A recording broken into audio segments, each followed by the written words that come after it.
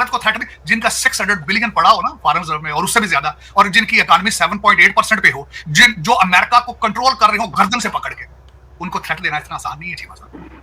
पहले आप Indian institute of technology का तोड़ निकालने का थ्रेट देनी है। लौंडा लपाड़ा ना उर्दू जो ट्वीटा छुड़ाओ पढ़ो ना नहीं है, इनको पहले जिहाद से जान छुड़ाओ, इनको तरक्की की तरफ अगर लेके जाना है, साइंस के साथ जो आपका बाइकाट है पहले उसको ठीक करें। आप कह रहे हैं कि इंडिया के लिए थ्रेट बन जाएगी। इंडिया की थ्रेट किस तरह बनेगी? 4 तो शिप, 3 अमेरिकन खड़े, 4 अगले ले गए रेड सी के अंदर। और दूसरे मुझे ये बताएं, नेपाल जाते हैं अगले डॉलर फेंक रहे हैं वहां पे, जो जहां उनको सूट करता है वो दे लेते हैं, हाइड्रो प्लांट भी तो दे दिया उन्होंने। और तीसरी एक बात मुझे ये बताएं, छोटी सी मैं ये करना चाहूंगा, श्रीलंका थ्रेट हो सकता है किसी के लिए? बांग्लादेश थ्रेट हो, पाकिस्तान थ्रेट हो सकता है किसी के लिए? आप सिर्फ थ्रेट हो सकते हैं पाकिस्तानियों के लिए। Pakistan has become a threat for their own citizens, not for anybody else. मैं छोटी सी आपकी मिसाल, टीटीपी आपके कंट्रोल में नहीं है, तो आप किस तरह थ्रेट किसी को कर सकते हैं? कुछ आप थ्रेट करने की सलाहियत रखते हैं किसी को? आप गालियां देने की सलाहियत रखते हैं, देते रहे, उससे कोई फर्क नहीं पड़ता। बांग्लादेश थ्रेट कर सकता है किसी को, जिस तरह मैं अभी बता रहा हूं कि बंगाली मछली लेता तो मसाला नहीं खरीद सकता, मसाला लेता तो चावल नहीं ले सकता। आप थ्रेट दे सकते हैं किसी को? और दूसरा, आपके ऊपर जो आपके हुक्मरान हैं, जो आपकी ब्यूरोक्रेसी एस्टेब्लिशमेंट, ये सारी जो मिला के करते हैं, जो करप्ट रजीम कब्जा कर लेती है, वो थ्रेट नहीं देने देती, क्योंकि फिर उनके सिलसिले रुक जाते हैं। आप इस वक्त आईएमएफ के कितने तलवे चाटते हैं? आपने अगले दिन टैक्स कलेक्ट किया है, सबसे पहले खबर आई है पाकिस्तान में, हमने आईएमएफ को जो टैक्स की रिपोर्ट देनी थी उसके अहदाफ हासिल कर लिए। आप अब थ्रेट कर सकते हैं कि आईएमएफ आपकी किस्त रोक ले? How dare you do that, how dare. Cheema साहब, नहीं, आप जब कौम में मॉरली बैंकरप्ट हो जाए, दिवालिये अखलाकी निकल जाए, जब किरदार साजी खत्म कर दी जाए, जब सिर्फ बच्चे पैदा हो तो 4-4 महीने के बच्चे पैदा हो रहे हो पूरी कौम में, तो वो थ्रेट देते लोगों को। अब कौमों को थ्रेट देंगे आप? और दूसरी बात मैं कर रहा हूं, मैं डीएनए खोल देता हूं आपको, बंगालियों को भी, सबका आपका। आपके तो डीएनए में थ्रेट आई नहीं है किसी को देना। आपने तो 400 सदियों में नहीं दी थ्रेट आई है किसी फॉरेन इन्वेडर को रोका आपने? आप तो लेट के उनको वेलकम करते हैं, लेट के। अब वो चले गए हैं ब्रिटिश, आप अब भी गुलाम है डॉलर और पाउंड के। दूर से सीटी मारते हैं, आजा $3 बिलियन, आप लेट जाते, सारी कौम लेट जाती है। मैंने कल भी कहा था, वाहिद कौम पाकिस्तान, मेरी मादरे मिलत, जो अपने कपड़े जलाकर अपने घर को आग लगा के जश्न बना रहे, कहते हैं एसेट बेच दिए, डॉलरों की बारिशें शुरू हो चुकी, फॉरेन इन्वेस्टमेंट आ रही है, हमारे एसेट बिक रहे हैं, तालियां बज रही हैं, तालियां। चलो चीमा साहब, दर हकीकत ये मैं बताऊं, करप्ट कंट्रीज जो होते हैं वो थ्रेटन देते हैं। करप्ट मुमालिक जो होते हैं ना, जो करप्शन में डूब चुके होते हैं, वो सिर्फ अपने आप को आग लगाने के काबिल होते हैं, किसी को थ्रेट नहीं दे सकते। भारत को थ्रेट जिनका 600 बिलियन पड़ा हो ना फॉरेन रिजर्व में और उससे भी ज्यादा, और जिनकी इकोनॉमी 7.8% पे हो, जो अमेरिका को कंट्रोल कर रहे हो गर्दन से पकड़ के, उनको थ्रेट देना इतना आसान नहीं है चीमा साहब। पहले आप इंडियन इंस्टीट्यूट ऑफ टेक्नोलॉजी का तोड़ निकालने का थ्रेट देनी है। लौंडा लपाड़ा ना उर्दू जो ट्वीटा छुड़ाओ पढ़ो ना नहीं है, इनको पहले जिहाद से जान छुड़ाओ, इनको तरक्की की तरफ अगर लेके जाना है, साइंस के साथ जो आपका बाइकाट है पहले उसको ठीक करें आप। चीमा साहब, इस तरह नहीं होता थ्रेट। आपके आगे दौर आर्टिफिशियल इंटेलिजेंस का है। आर्टिफिशियल इंटेलिजेंस, आपको क्या पता कि आर्टिफिशियल इंटेलिजेंस किसके साथ खाते हैं? चीमा साहब, इस तरह नहीं होता। थ्रेट देने के लिए ना बड़ा कुछ चाहिए होता है। अब तो हर थ्रेट का दौर ही खत्म हो चुका है, क्या थ्रेट होगी किसी को? अब तो सिर्फ आपकी जंगें ड्रोन की हैं और इंफॉर्मेशन टेक्नोलॉजी की जंगें हैं, जो आप सोच भी नहीं सकते। क्योंकि आप जब भी डिमांड आपकी क्या है 23 करोड़ लोगों की, आपको बता दिया गया है, खुलफा राशिदीन का दौर चाहिए। खुलफा राशिदीन, वहां आर्टिफिशियल इंटेलिजेंस थी, बताया ना मुझे। कराची से जो वो मैंने देखा तो 15 मौलवी थे, घोड़ों पे चढ़े हुए थे, जिन्होंने सफेद झंडे उठाए हुए थे, और नीचे वीडियो चल रही थी, ये जाके गाजा में जंग लड़ना चाहते। 15 मौलवी थे सर, और जो घोड़े थे वो भी टांगों वाले थे, घोड़ियां भी टांगे आएंगे, पसलियां निकलेंगे सर। गाजा जा रहे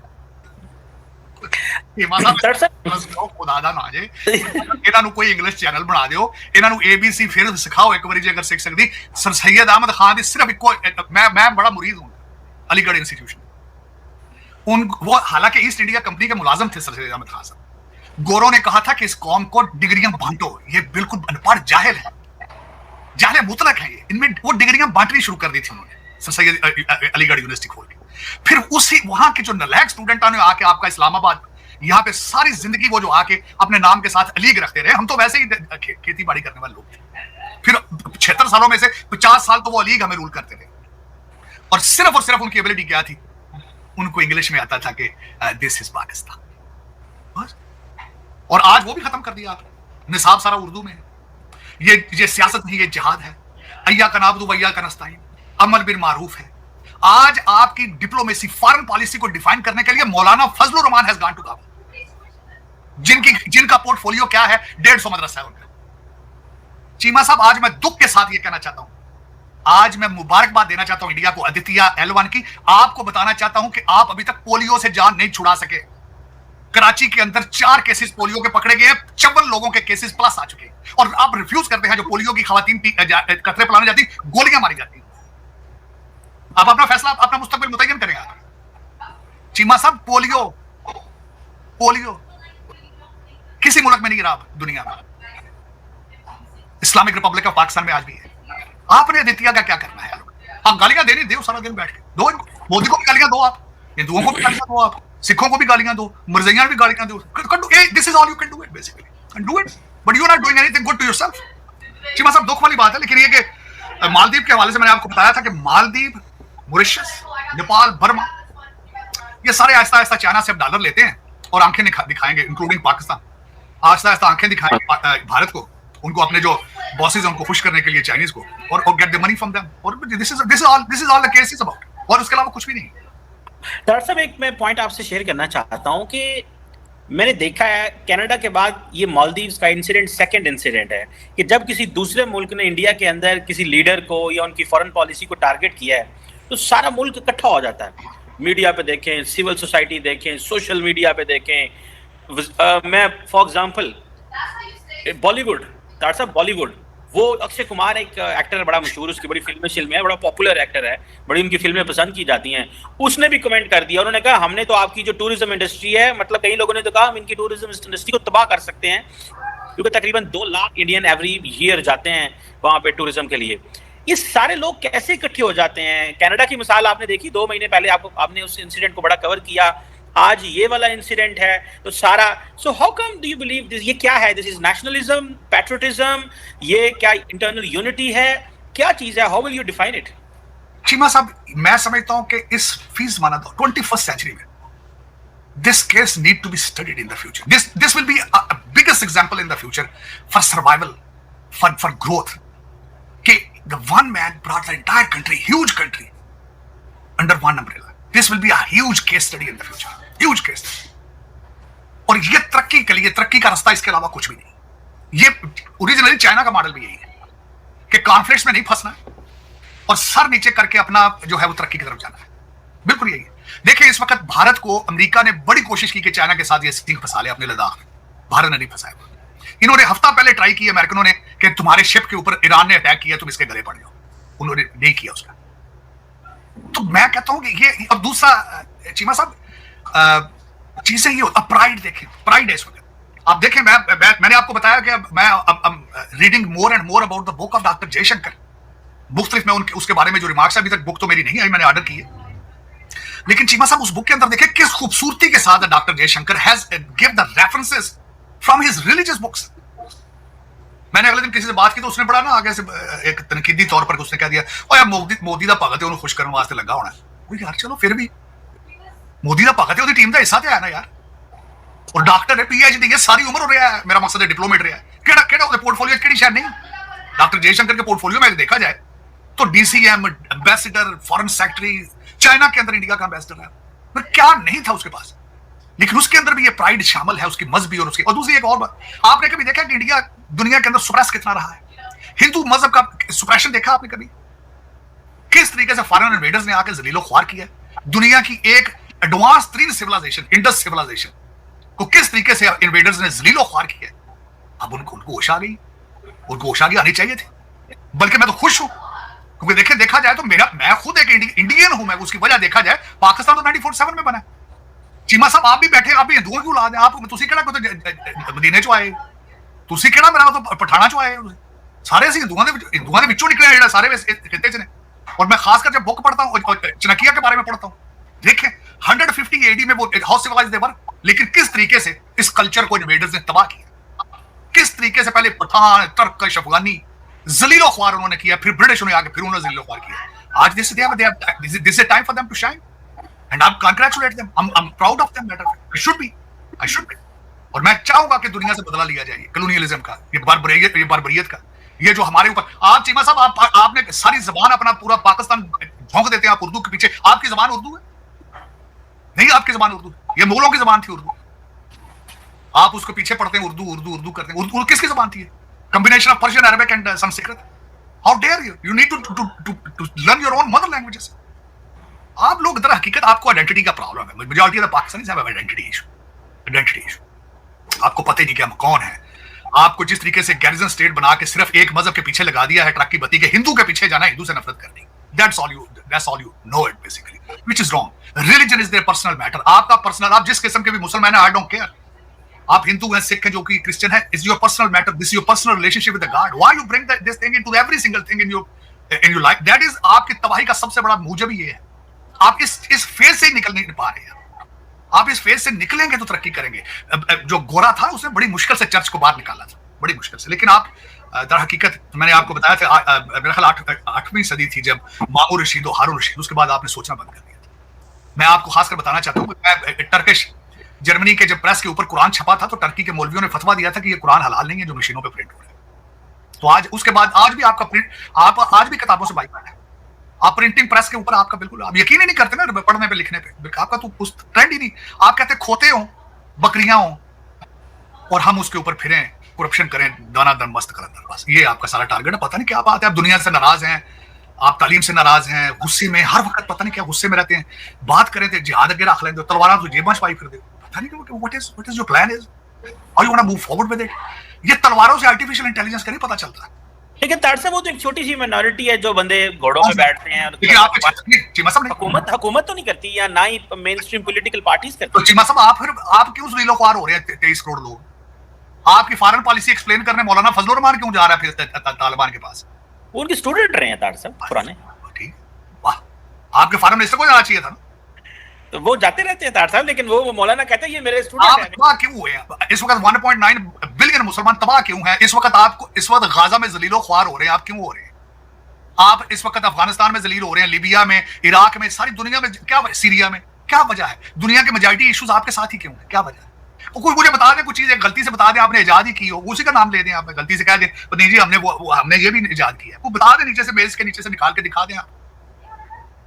दरअसल दुनिया की सारी कौमों ने तो चीजें थोड़ी इजाद की हैं, लैटिन अमेरिकन ने कितनी की हैं, ब्राजील ने कितनी की है, ऐसे तो मतलब तार साहब आपको लगता नहीं है पाकिस्तानी यूथ जो है, ये जो मुसलमान यूथ की मैं बात नहीं करूंगा, मैं आई रिप्रेजेंट पाकिस्तान की मैं बात करूंगा, ये पाकिस्तानी यूथ जो है ये ठीक है, लोंडे लपाड़े आप सही कहते हैं, वो मैं आपकी बात से 100% एग्री करता हूँ, लेकिन पाकिस्तानी यूथ जो बाहर पड़ती है, काम करना चाहती है, उनके अंदर एनर्जी है, बच्चों के अंदर, वो मुस्तकबिल संवार सकते हैं। तार साहब किसी एक का नाम ही ले दें, गलती से बताएं कि फलां देखेंगे हमारा फ्यूचर उसके साथ अटैच है, वो हार्वर्ड से पढ़ रहा है बच्चा, या उसने पीएचडी कर ली है, इस्लामिक दुनिया को वो बचाएगा, पाकिस्तान को वो बचाएगा, और जो वो पढ़ लेता है उधर ही रह जाता है, वो कहता है शुक्र है जान छूटी है ज़दाब अलाई से।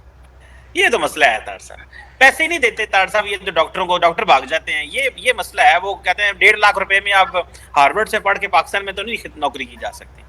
लेकिन बात ही जा रहे हैं, इंडियन जा रहे हैं, अगलों ने सिस्टम ऐसा बनाया है, कशिश पैदा की। इसी को कहा जाता है नेशनलिज्म, इसी को कहा जाता है लेगेसी, इसी को कहा जाता है किरदार साजी, इसी को कहा जाता है कपड़े सस्ते पहन लेना, सस्ती गाड़ियों में चढ़ लेना, लेकिन कहना मैं भारतीय हूँ, मैं भारत को आगे लेके जाऊंगा। अदित्य एल1 ऐसे नहीं चला, थूका नाड़ नहीं भेजा होना चाहते हो सूरज पे, उसके नीचे टेक्नोलॉजी लगी है, और मैं गारंटी कर देता हूँ नीचे पढ़े सारा यहाँ MIT के होंगे जो नीचे पढ़े भेजने वाले, लेकिन they have prides in it. पता है आपको, उनका जब फेल हुआ था और मिस्टर सोमनाथ रोया था, मोदी साहब ने गले लगाया था उसको, उसकी कभी पढ़े उसके क्रेडेंशियल्स क्या है। आप अभी 100 साल भी वहां नहीं पहुंच सकते जहां वो पहुंच चुके हैं, प्राइड के साथ, नेशनलिज्म के साथ। मैं ये नहीं कह रहा हूं कि सिर्फ वो अदित्य अवान के, लेकिन nationalism took them to this point, nationalism, pride. बिल्कुल सही कह रहे हैं तार साहब, आपकी कंक्लूडिंग रिमार्क्स सही हैं कि ये नेशनलिज्म की बात है, प्राइड की बात है, और इट टेक्स डेकेड्स, ये कोई ओवरनाइट रातों रात ये जो है वो नहीं आती। तो जैसा कि आपने क्लिप में देखा कि भारत को थ्रेट देना ना आसान नहीं है भाई, ये पाकिस्तानी भी जानते हैं और अमेरिकन्स भी जानते हैं। जो पाकिस्तान और अमेरिकन्स मिलकर जो जंग रुकवाने की कोशिश कर रहे हैं ना, मतलब कि भाई ये जो सो कॉल्ड जंग जो है, मतलब कि भाई जो अमेरिका ही जंग छेड़ता भी है और उसके बाद भाई उसको रुकवाता भी है, तो भाई उसको ना भाई पूरी दुनिया समझ रही है कि भाई ये पाकिस्तान और अमेरिका क्या गेम खेल रहे हैं। मतलब कि पहले भाई वॉर में इंक्लूड होते हैं अमेरिका, उसके बाद भाई पाकिस्तान को मीडिएटर बनाया जाता है वॉर रुकवाने के लिए, और उसके बाद भाई वो जो मीडिएटर का रोल निभा रहे थे पाकिस्तानी, वो फेल हो जाते हैं भाई वॉर रुकवाने के लिए। तो ये भाई पूरी दुनिया ने देखा है कि भाई कैसे किस तरह से अमेरिका बेवकूफ़ बना रहा है पूरी दुनिया को कि भाई पाकिस्तान को मीडिएटर बनाकर, मतलब कि इनको कोई और मीडिएटर नहीं मिला सिवाय पाकिस्तान के, इस्लामिक जमहूरिया पाकिस्तान, जो कि भाई साहब खुद की सिक्योरिटी नहीं कर सकते हैं, ठीक है। अपने मुल्क से आज तक ये पोलियो नहीं निकाल पाए हैं भाई, ये रुकवाएंगे जंग, वो भी किसकी अमेरिका, ईरान, इसराइल की जंग रुकवाएंगे। और जहाँ पे पाकिस्तान बड़े बड़े दावे कर रहा था कि भाई हमने तो रंग जो वो रुकवा ही दी है भाई साहब, ठीक है। स्टेट ऑफ हॉर्मस भी खुल गया है और इसराइल भी शांत बैठ गया है। इसराइल एक तरफ तो लेबनान को ठोक रहा था और पाकिस्तान बड़े बड़े दावे कर रहा था कि हमने वो रुकवा दी। हम तो विश्व गुरु बनने ही वाले थे भाई, भारत ने अड़ंगा कर दिया और उसके बाद भाई हम विश्व गुरु बनते बनते बस थोड़ा सा ही रह गए, ठीक है भाई। मतलब कि भारत को ये धमकी देते हैं कि भाई भारत से हम ये कर देंगे, भारत को हम देख लेंगे, हर चीज़ में भारत की बराबरी करने की कोशिश करते हैं, ये भारत से आगे निकलने की कोशिश करते हैं भाई साहब। भारत से अगर आगे निकलना है तो भाई मतलब कि भाई इंडियन इंस्टीट्यूट ऑफ टेक्नोलॉजी का तोड़ निकालो भाई साहब। साइंसदान ने सही बोला भाई कि भारत से अगर आगे निकलना है, भारत को अगर थ्रेट देना है तो भाई इंडियन इंस्टीट्यूट ऑफ टेक्नोलॉजी का तोड़ निकालो, जहाँ से बच्चे पढ़ पढ़ के भाई पूरे अमेरिका पर काबिज हो गए हैं भाई। भाई असल मायने में अमेरिका को ना भाई चलाए इंडियंस रहे हैं भाई साहब, साफ बताओ तो भाई बड़ी बड़ी कंपनीज में इंडियंस लगे पड़े हैं, बड़े बड़े बिजनेसमैन अमेरिका के अंदर बैठे हुए हैं, ठीक है। बड़े बड़े पॉलिटिशियंस भाई अमेरिका के अंदर है, इंटरनल पॉलिटिक्स में है, ठीक है भाई सब। मतलब कि भाई इस्टेब्लिशमेंट में भी घुस चुके हैं भाई, अमेरिका की जो इस्टेब्लिशमेंट है वहाँ पे भी अमेरिकन जा चुके हैं भाई। और अमेरिकन भाई साहब साल में बहुत मतलब कि बहुत बड़ा आंकड़ा है जो भाई भारत से अमेरिका में जाते हैं। और भाई इंडियन अमेरिकन की भाई कम्युनिटी है भाई साहब, सबसे साफ़ सुथरी कम्युनिटी है और मतलब कि भाई ठाठ से रहते हैं भाई अमेरिकन इंडियंस जो हैं वहाँ पे, ठीक है भाई। वहाँ पे मतलब कि सबसे साफ़ सुथरी कम्युनिटी है भाई साहब। मतलब कि वो जो वहाँ पे जो हमारी कम्युनिटी है भाई, वहाँ पे कोई भी ऐसा केस नहीं आता जो भाई साहब मतलब कि किसी भी क्रिमिनल एक्टिविटी में शामिल हो। साफ़ सुथरी एकदम क्लीन इमेज वाली मतलब कि, और सबसे पढ़ी लिखी कम्युनिटी है भाई अमेरिका में, ठीक है, भारत की। तो भाई भारत जो है ना मतलब कि भाई मतलब कि वहाँ पे इंडियन अमेरिकन राज कर रहे हैं अमेरिका में। और यहाँ पे भाई सब मोदी जी की और एस जयशंकर की जो डिप्लोमेसी ना वो पीक पर है भाई साहब अमेरिका के साथ में भाई। क्योंकि भाई अमेरिका जो चाह रहा था ना कि भाई भारत को हम दबा देंगे भाई, भारत को हम तो पीछे छोड़ देंगे, भारत की इकोनॉमिक ग्रोथ को भाई हम रोक देंगे भाई। किस तरह रोकोगे यार तुम भारत की इकोनॉमिक ग्रोथ को? रोकोगे तुम यार, कैसे रोक लोगे तुम भाई? कितने भी थ्रेट दे दो भाई, थ्रेट दे रहे थे ना ये भाई भारत को 500% टैरिफ का, तो भाई तो अब लगाओ ना यार, अब लगाओ ना टैरिफ को। अब क्या हो गया, सांप सूंघ गया क्या भाई? क्या मतलब कि पहले मतलब कि ट्रम्प का समझ नहीं आता, पहले शुरुआत भी वही करता है, उसको रुकवाता भी वही है, उसके बाद क्रेडिट भी खुद लेता है।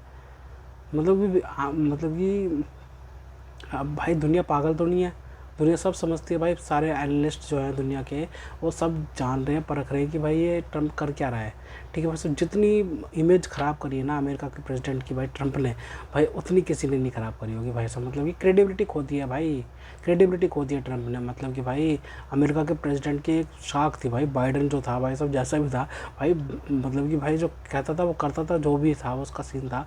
लेकिन भाई ट्रम्प तो भाई मतलब कि यार एक दिन भी अपनी बात पर अटल नहीं रहता भाई, एक दिन भी नहीं रहता भाई। सुबह क्या बोलता है, दोपहर में क्या बोलता है, और रात को डिनर के टाइम पे भाई वो सब कुछ भूल जाता है कि भाई मैंने क्या बोला था पूरे दिन में। तो भाई ये तो क्रेडिबिलिटी हो गई है मतलब कि अमेरिका की। जो अमेरिका भाई सब पाकिस्तान को मीडिएटर बना रहा हो, वो रुकवा रहा हो उनके जरिए, तो भाई उनका तो भाई कुछ नहीं कह सकते भाई साहब, क्या होगा, ठीक है भाई साहब।